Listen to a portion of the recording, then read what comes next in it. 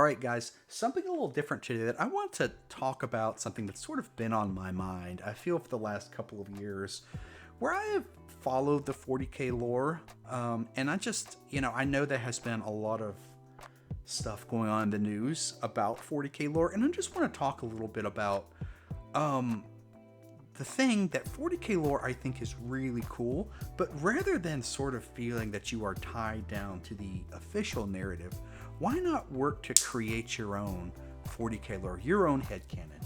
But with that, instead of having to use, the 40K 10th edition, which, I just don't think, I think whether you like 10th edition or not, I don't think 10th edition is a very narrative game. It feels like you can only play it really one way. So what if you could create your own lore and create your own scenarios and create your own storylines built through battles in your imagination, but use, to me, OPR mechanics, one-page rules.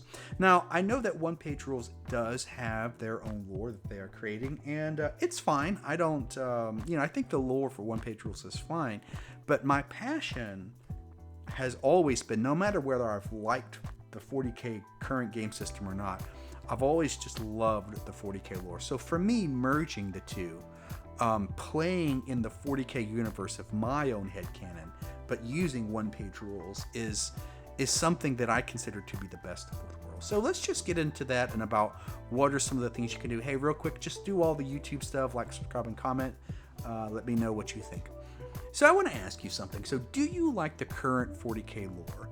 For me, I would say I don't, but maybe you love it. And if you love the current 40K lore, I would say, build on that lore. Use one-page rules and, build off that lore. But for me, I'm really more of a, I came into 40K about second edition and then reading some, I read some Rogue Trader as well. And to me, the second edition and third edition 40K lore was just sort of that really, the first time where they really just, crystallized this universe and the really mysterious and strange and grimdark lore of second and third edition. I just loved it. So for me, I've sort of gotten to a point now that is the lore. I follow some of the latest things that are happening, and every time I do, it just, for me, I don't feel like the new lore fits with the old lore. And so for me, I choose to live in a 40K lore that is around second or third edition. And what really got me thinking about this is I've been listening to Northern Exiles. I'll post his channel below. He is actually rewriting 40K lore with his community, and he's working with them just like they're coming up with their own lore. And I think that's really cool. It's something that I've sort of had to do myself for the past I feel it's around 10 to 15 years that Games Workshop has really done some things with their lore that I'll just get into. That's sort of, for me, sort of forced me to do it. What I would say is that if you don't like the 40K lore, create your own, and then play in that world. Change your lore. You don't have to care about what Games Workshop does. And I want to ask you a few things. So what if the Primarchs never came back? Now, if I could pinpoint a time in 40K lore that I felt it really started to just go the wrong direction, it's really when the Primarchs came back that I just really couldn't get behind it. Now, I know some people love the Primarchs coming back, some people hate it. I tend to fall on the latter. It doesn't feel like what the 40K lore was about.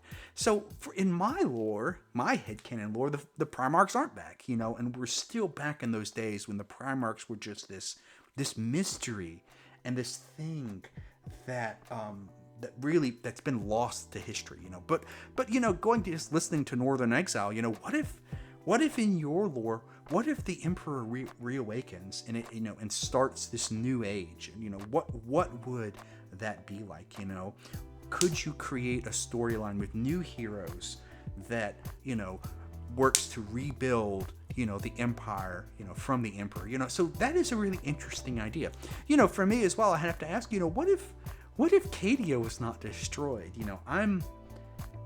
I would say that's another part in the lore I just really didn't care for.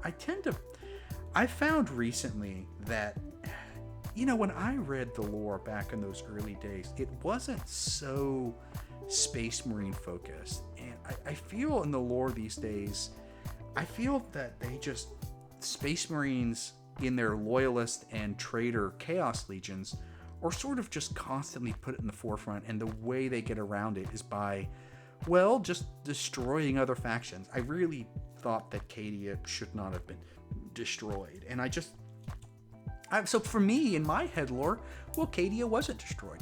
But something that's even more personal to my heart as a 25-year Biel-Tan Eldar player, for me, what if Biel-Tan wasn't destroyed? And that's my 40k lore. I just deny that. I don't feel that should be the case. All just to give Chaos another quick win.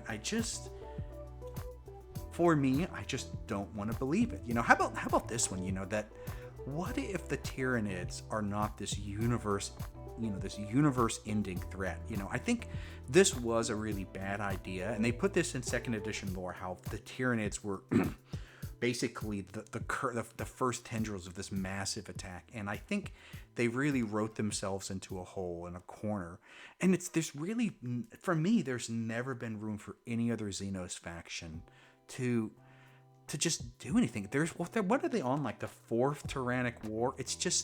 It seems like the storyline has just been over and over about Tyranid attacks, and it's sort of gotten boring. I would have just preferred if Tyranids would have just been another powerful faction. It's sort of... The problem as well is that all these Tyrannic Wars, all they are doing is just showing you how powerful the Space Marines are. And it's just because Space Marines just have plot armor on them. And because that is the case, it just makes Space Marines look insane now. Because now this elite small faction is defeating these world-ending... I know there's other stuff going on, but that's sort of the narrative that I don't think that Tyranids should replace that high, just sort of going into it. Hey, what if Space Marines were not the center of every story? Now, Space Marines by and large in the universe are such a small faction. They're so small compared to the vastness, but it feels like every single story has to have Space Marines, both Loyalists and Chaos and their daemons, just doing something or saving things. And I know Games Workshop has to sell models, but it just, again, the lore to me gets boring, and I feel that Chaos and Loyalist Space Marine factions just have so much ridiculous amounts. And this is what I go back to. Games Workshop, I really feel somewhere in the past 10 to 15 years that they just really stopped caring about their lore, and their lore just became a way to sell models.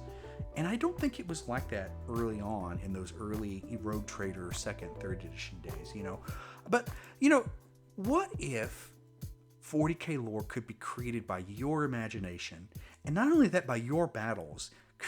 You create stories, and then you play in narrative events, and the story changes. It's like a lot more like almost like a D&D adventure, and that's what 40k was back in those early days, where the lore was less about some sort of story and more about building your world in that story. And that's what I loved about that early 40k lore. I want to take a step back from 40k. I want to talk about Warhammer Fantasy, because there is a reason that I was forced to give up on Games Workshop probably about 10 years ago, whenever GW just destroyed the Warhammer Fantasy world.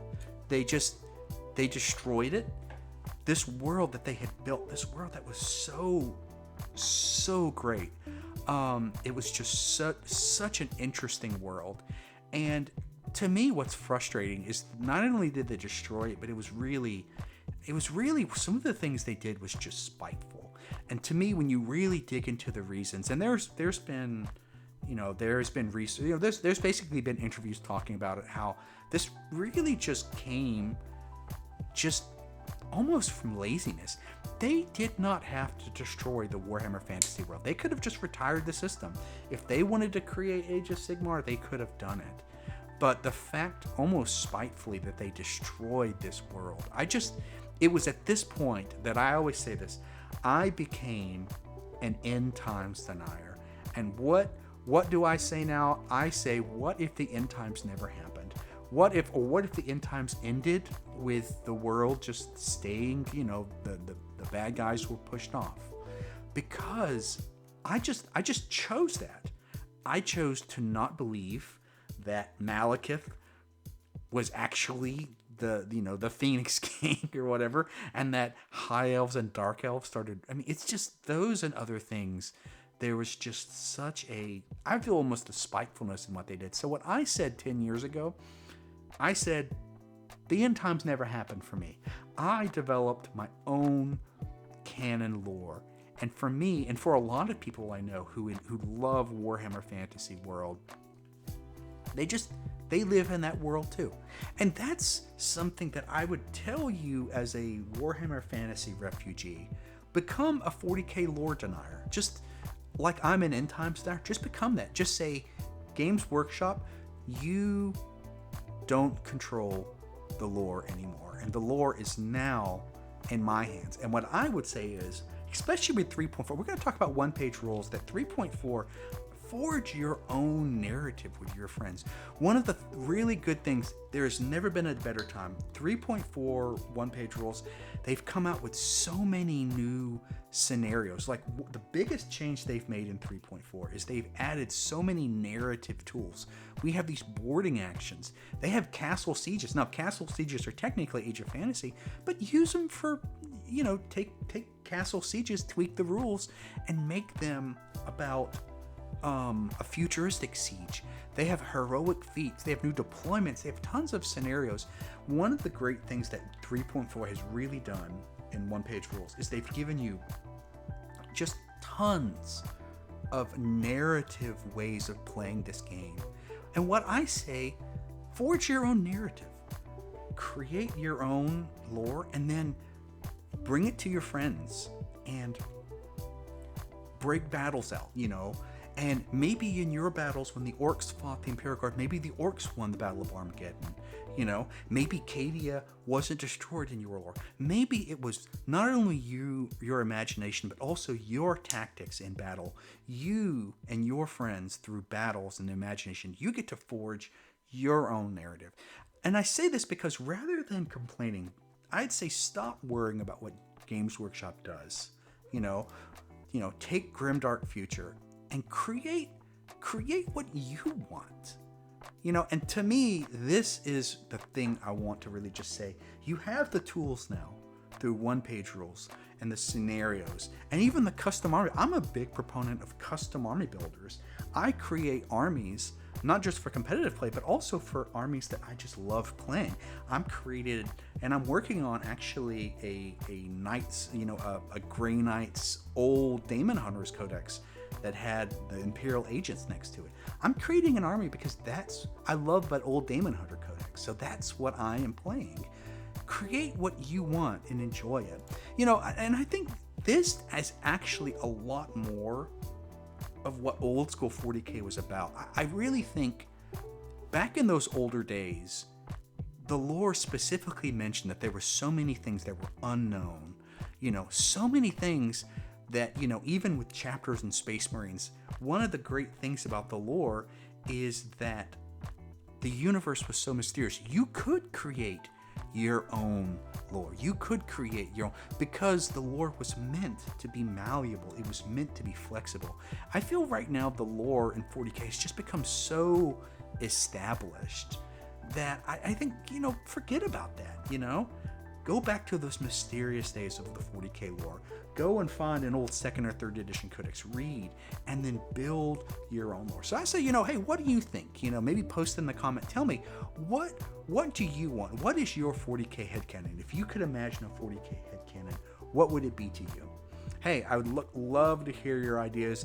Also, just, go check out Northern Knights. I've been following it. I love this new lore creation that he's doing. Hey, thanks so much.